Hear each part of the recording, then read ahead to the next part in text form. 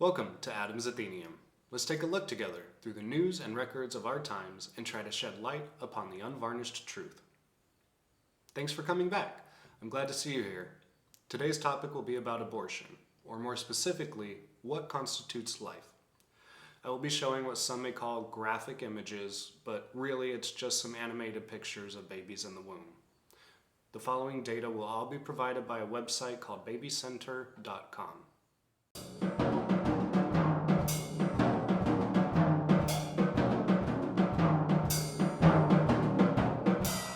Today, I will not be giving any play to the idea that a baby is just a cluster of cells, or that it can't survive outside the womb at a certain time, in certain conditions, nor am I here to argue with you about when and or if abortion is ever acceptable. We are going to speak to the facts and truth about what a human being is and how we are formed. What does it mean to be human? Without getting too in-depth or scientific, it means you have a beating heart, can breathe, can move, can think, and you have opposable thumbs. The first thing we should know is that for approximately the first 4 weeks of fetal development, the sperm and the fertilized embryo work rapidly to reproduce tiny cells at an incredibly fast rate, until at approximately 5 weeks old, your child looks like a small tadpole. Between weeks 5 to 6, your child's heart will begin to beat. It will be pumping its own blood type through its veins, and its blood already carries a separate DNA code or strand from any of its parents. Listen to what I just said. At 5 to 6 weeks after fertilization, that child's heart inside of your tummy is beating on its own, flowing with its own blood, and carrying its own genetic code. This baby is already separate from the mother and father. But I digress. Let's continue. Now in the 6th week of development through the 8th week of development, the baby's nose, mouth, and ears are starting to take shape, and the intestines and brain are beginning to develop. The hands and feet also form in this stage, and in the 8th week, the baby has started moving around, though the mother won't feel movement yet. Nerve cells are branching out, forming primitive neural pathways, and breathing tubes now extend from his throat to his developing lungs. Over the next 4 weeks, the baby will develop earlobes and lose their embryonic tail. Limbs become functional during this time frame, and nails start forming on the hands and toes. The child begins to move and hiccup during this week. This week, your baby's reflexes kick in. His fingers will soon begin to open and close, toes will curl, and his mouth will make sucking movements. He'll feel it if you gently poke your tummy, though you won't feel his movements yet. This is only 12 weeks through an approximate 40 to 42 week pregnancy. We're not even a third of the way through development, and this is clearly, unobjectively, a child. I will not stand to hear that a baby is a cluster of cells until it comes out of the womb. I refuse to hear that a child is just a fetus. According to Merriam-Webster, a fetus is an unborn or unhatched vertebrae, especially after attaining the basic structural plan of its kind. Specifically, a developing human from usually 2 months after conception to birth. So no, a child isn't just a fetus. Even in the definition of fetus, it says, developing human. Did you know that many doctors consider 22 weeks to be the gestational age for a child? Meaning at 22 weeks, it is probable that a prematurely born child could survive outside of the womb. There has recently been a news story of a boy who was born prematurely at 21 weeks, and he is since doing well after a stay in the hospital, which would be expected so that his body could finish growing. However, as I was looking up information for this episode, I came across an interesting website that details common abortion methods and what weeks of child development they may be used through. Let's read through this and talk about it. Dilation and evacuation is the most common surgical technique used in the 2nd trimester. Generally, it is performed when the pregnancy is between 12 to 24 weeks gestational age. Because the developing baby is bigger at this stage and bone calcification has occurred, forceps are used to empty the uterus.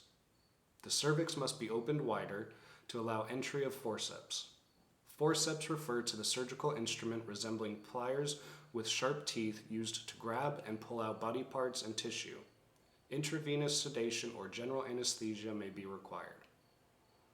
So right here It says that sharp medical tools resembling pliers are used to pull and grab out body parts and or tissue. You do realize that the baby is formed with muscles, ligaments, joints, and skin, right?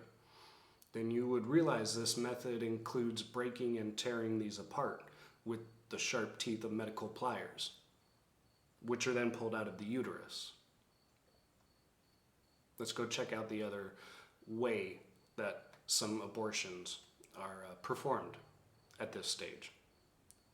Saline injection is performed when a pregnancy is 16 weeks and beyond. A long needle is inserted through the mother's abdomen into the amniotic sac. Amniotic fluid is removed from the sac and is replaced by a very strong salt solution meant to kill the baby. By the 4th month of pregnancy, the baby has been drinking and breathing in amniotic fluid to help the organs develop properly. However, when the salt solution is substituted for the normal amniotic fluid, it causes severe burning of the baby's skin, eyes, mouth, and lungs. Labor may begin within 24 hours of the saline injection, resulting in the delivery of a badly burned, shriveled, dead baby. The infant may survive this procedure and may be delivered alive, but may not live for a very long time thereafter. I've already read to you about how a child's heart is beating, its neural pathways are operational, it can feel, hear, has limited visual stimulation at this age, but can also feel pain. So let's hypothetically relate this to an adult. You're in a coma, in a bathtub for 9 months. We know you will wake from this coma in 9 months, but for now you're comatose. You cannot maintain your bodily functions without assistance from others. We will also say that this bathwater is helping to keep you alive. Suddenly, your family or whoever decides it's time to pull the plug for whatever reason, they inject the same salt solution into this bathwater that's keeping you alive. You would then be burned alive, still able to feel pain, still able to think. You may even survive through the salt injection, but because of how bad the burns are, you will probably die soon after. That's what we're doing to babies. How can you tell me that's okay? You cannot. I refuse to hear it. This is sick and evil.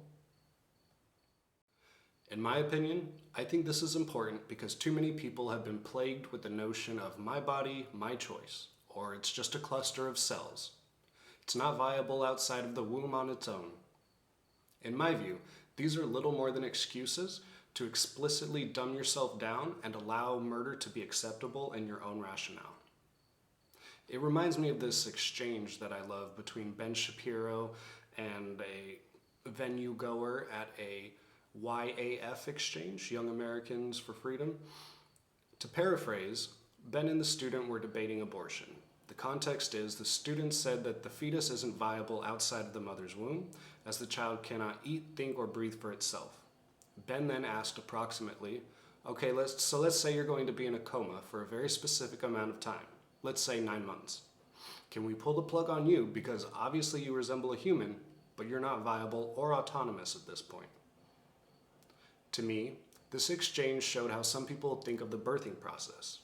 Some people think that you are not alive and autonomous until you move 1 foot and come out of your mother.